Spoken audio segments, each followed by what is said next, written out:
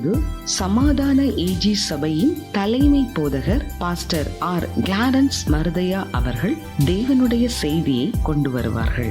கிறிஸ்துவுக்குள் அன்பானவர்களே, இந்த நாளிலேயும் இந்த ஊடகத்தின் மூலமாக இவங்களை சந்திப்பதிலும் மகிழ்ச்சியடைகிறேன்.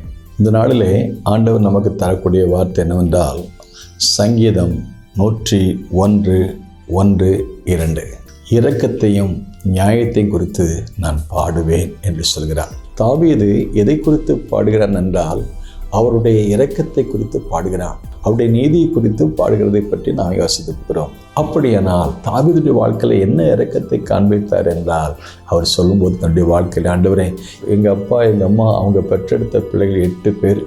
8 பேரில் 7 பேரும் நல்ல தோற்றமுடையவர்கள். அவர்கள் நல்ல பலசாலிகள்.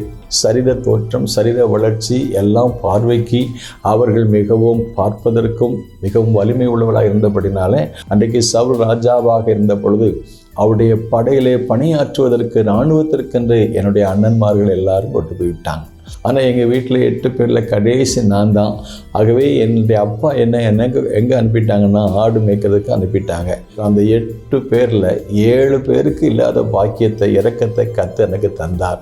ஏனென்றால் என்னுடைய வீட்டில் 7 பேருக்கு மத்தியில் நான் 8வது நபராக இருந்தாலும், கடைசியாக இருந்தாலும், தேவன் என் மேலே வைத்த இரக்கத்தினால என்னை ராஜாவாக அபிஷேகம் பண்ணினார். அவருடைய வாழ்க்கையில் ஆண்டவர் நிறைய இரக்கம் காண்பித்தார். என்ன காரியங்கள்லாம் இரக்கம் காண்பித்தார்? இவர் ஒரு மெய்ப்பனாக இருந்தாலும் நல்ல மெய்ப்பனாகிய இயேசுவை அல்லது தேவனை அறிந்து கொள்ளக்கூடிய பாக்கியத்தை கர்த்தர் கொடுத்தார் என்பதை பார்க்கலாம்.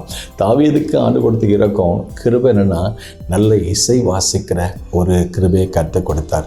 என்னுடைய திறமையின் அடிப்படையில், அவருடைய இரக்கத்தின் அடிப்படையில் நல்ல இசை வாசிப்பதற்கு கர்த்தர் கிருபை செய்தார். இதன் மூலமாக நான் தேவனுடைய நாமத்தை மகிமைப்படுத்த கிருபை செய்தார். அதே வேளையில் எங்கள் ராஜாவுக்கு இருந்த பொல்லாத ஆவி புறப்பட்டு போகக்கூடிய அளவிற்கு அந்த பாடலையும் கூட ஒரு அபிஷேகம் இருந்தது என்று சொல்லி, ஆண்டவரே, உங்களுடைய இரக்கம் என் மேலே இருந்ததுனால அதை பாடக்கூடிய கிருபைகளையும் வரங்களையும் தந்தீரே, உமக்கு ஸ்தோத்திரம் என்று சொல்லி தாவீது பாடுவதற்கு காரணம் என்னவென்றால், என் மேலே வச்சு இரக்கம். ஆக பாடல் மூலமாக தன்னுடைய அனுபவத்தை சுற்றி சுற்றி காண்பிக்கிறார். அவர் தன்னுடைய வாழ்க்கையவே பாடலாக அமைத்து கொண்டார். அதைத்தான் நாம் இந்த சங்கீத புஸ்தகத்தில் நிறைய நம்ம பார்க்கலாம். குறிப்பாக இந்த சங்கீதத்தை வாசிக்கிறவங்க சொல்லுவாங்க, டாக்டர் பில்லிகிரஹாம் கூட சொல்லுவார், அதிகமாக நான் வாசிக்கிற புத்தகங்களில் ஒன்று சங்கீதம்.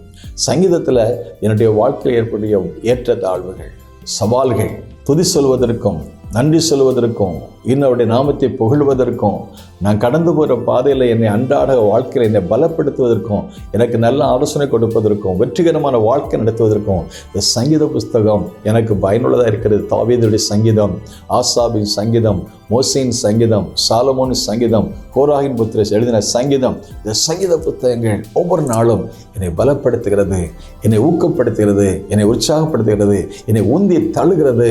அவருக்காக வாழ ஆண்டவருடைய பலத்தை எனக்கு தருகிறது என்று சொல்கிறார். ஆகவே அரசனே எனக்கு சத்ருவாக மாறினார், கோலியாத்தை எனக்கு சத்ருவாக மாறினான்.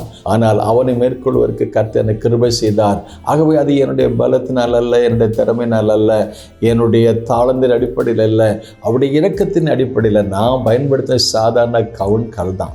அந்த கல்லில் இருக்கிற அந்த வல்லமை எங்கேருந்து வந்திருந்தால், என் தேவனுடைய தயவுள்ள கரை என் மேல் இருந்ததுனால அந்த கோலியாத்தை மேற்கொள்ள கர்த்தர் கிருபை செய்த காரணம் தான் என் மேலே வச்சு இருக்கும். தாவீது சாதாரண ஒரு மகனாக இருந்தாலும் அவனை பெரிய ஒரு தேவ மனுஷனாக, ராஜாவாக மாற்றுவதற்கு தேவ கிருபை. ஒரு மரியாள் சாதாரண ஒரு பெண்மணி, ஒரு சின்ன வாலிப பிள்ளைதான்.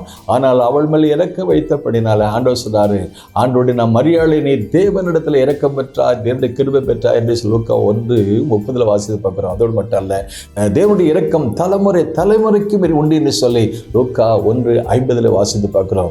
இந்த நிகழ்ச்சியை கவனிக்கிற அருமையான தேவனுடைய பிள்ளைகளை, தேவனுடைய இரக்கத்திற்காக நாம் தேவனிடத்தில் கேட்போம்.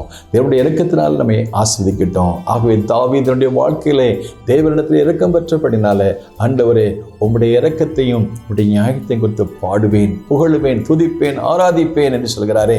நாமும் இந்த இரக்கத்தை பெற்று கர்த்தருடைய நாமத்தை புகழுவோம், ஆராதிப்போம். அதன் மூலமாக தேவ பலனை பெற்றுக்கொள்வோம். May God bless you.